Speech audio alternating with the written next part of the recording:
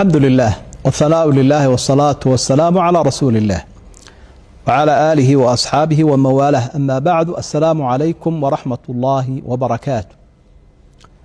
كلمة كوبان oo ku saabsan fadliga maalinta Carafa iyo camalada la qabanayo si aynu isugu dhiirigelino fursadda inaynu ka faa'iideysano oo mar walba dadka walaalaha ah waxa la gudban culimo iyo cuqulba inay isku baraarujiyaan khayrka iyo in laga faa'iideysto si ay horumar uga sameeyaan xagga khayrka maalinka Carafa. waxyaaba fadaa'ilku nabigu ku sheegay calayhi salaatu wasalaam waxa kamida inuu yahay afdalul ayaam, maalinka maalmaha u fadli badan. afdalul ayaam yawm Carafa, nabigu wuxuu leeyahay calayhi salaatu wasalaam maalmaha u fadli badan maalinka Carafa, sida habeenada ugu fadli badan yahay weeye habeenka laylatul qadri. riwaayada ibn Hibbaan uu warinayo kala diilay waa maalinkii maalmaha u fadli badnaa, camalka la qabanayaana uu fadli badan yahay laga faa'iideysto. nabigu calayhi salaatu wasalaam wuxuu kaloo inoo sheegay ama intaynaan xadiidka ba sheegin waa yawmu ikmaali diin wa nicmati cala alcibaad.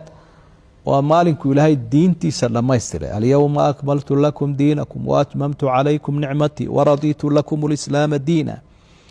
aayadda suuratul maa'ida ku jirta ayaa aayaadkaasi maalmaha ay soo degayeen weeye. waa maalin qiimaha leh oo ilaahay diinteenna inoo dhamaystiray oo ay tahay inaynu ku faraxno. maalinkan isaga ah waa maalin ciida oo ayaamaha ciidda laftigeeda ayuu ku jiraa. waxa laga yaabaa inaynu ciidda u qaadano maalinka ciidda iyo saddexda ka dambeeya isna wuu ku jiraa oo waa maalinka afraad ee ayaamaha ciidda ka mid ah. nabigu calayhi salaatu wasalaam yowmu carafa wa yowmu naxri wa ayaamu tashriiqi ciiduna ahla alislaam wa hiya ayaamu akli wa shurb. wuxuu leeyahy rasuulku sala allahu calayh wasalam haddaanu nahay dadka muslimiinta ah waxaa ka mida maalmaha iyaga ciidda, maalinka carafa iyo maalinka ciidda iyo saddexda maalmood ee ka dambeeya.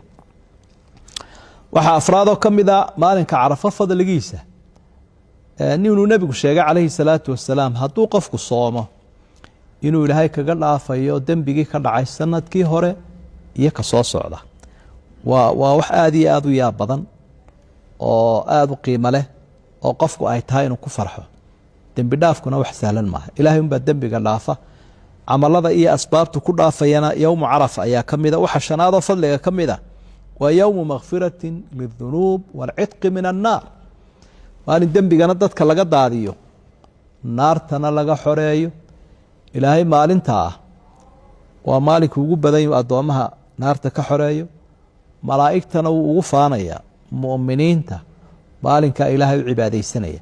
waxyaabaha aynu qabanaynaa markaa usoo gudbi lahayn shanta arrimood oo fadaa'ilkiisa haddaynu ka soo gudubno. wuxuu qofku maalintaa qabanayaa inuu soomo, siiba dadka aan xajka joogin. ilan dadka xajka jooga hawl badan bay hayaan, laakiin dadka aan xajka joogin waxay ku dadaalayaan maalinkaa inay soomaan oo jaaniskaasi aanu dhaafin.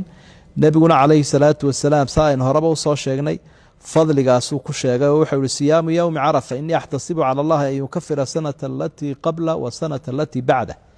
ilaahay waxaan ka sugayaa inuu igaga abaalmariyo soomka maalinta Carafa, inuu igaga dhaafo dembigii hore sanadkii hore iyo sanadka soo socda dembigiisa. waa fadli aada iyo aada u badan. waxaynu badinaynaa xuska ilaahay. mar walba ilaahay xuskiisa uu ku farxaa. laba midun bay noqonaysa, inaad xuska ilaahay badiso iyo inaad xuska bani aadamka badiso ama xuska adduunyada badiso. carabkan ila isma taagaye, ima an yadkura allah wa ima an yadkura alcibaada wadunya. marka intaad cid kale xusi lahayd ilaahay xus subxaana wa tacaala si qalbigaagu u nooro oo u noolaado. marka dikriguna salligii nebiga, qur'aankii, tahliishii, macnaha laa ilaaha ila allah, subxaana allah, alxamdu lilah, astaqfirullah. dikriga kala duwan inuu qofkii akhriyu badiyo ilaahay baa ku farxaya, ajriguna wuu kuu badanaya. iyo ducada ugu fadli badan wuxuu nebigu tilmaamay calayhi salaatu wasalaam inay tahay ducada maalinta Carafa. qofkuna waa inuu idhahda laa ilaaha ila allah waxdahu laa shariika lah lahu lmulku walahu alxamdu wahuwa calaa kuli shayin qadiir. aniga iyo rasuuladii iga horeeyeyba ducada ugu fadli badanaynu akhriyeyna taasay ahayd buu nebigu leeyahy. waa ducaau thanaa, duca ammaani ku jirto weeye.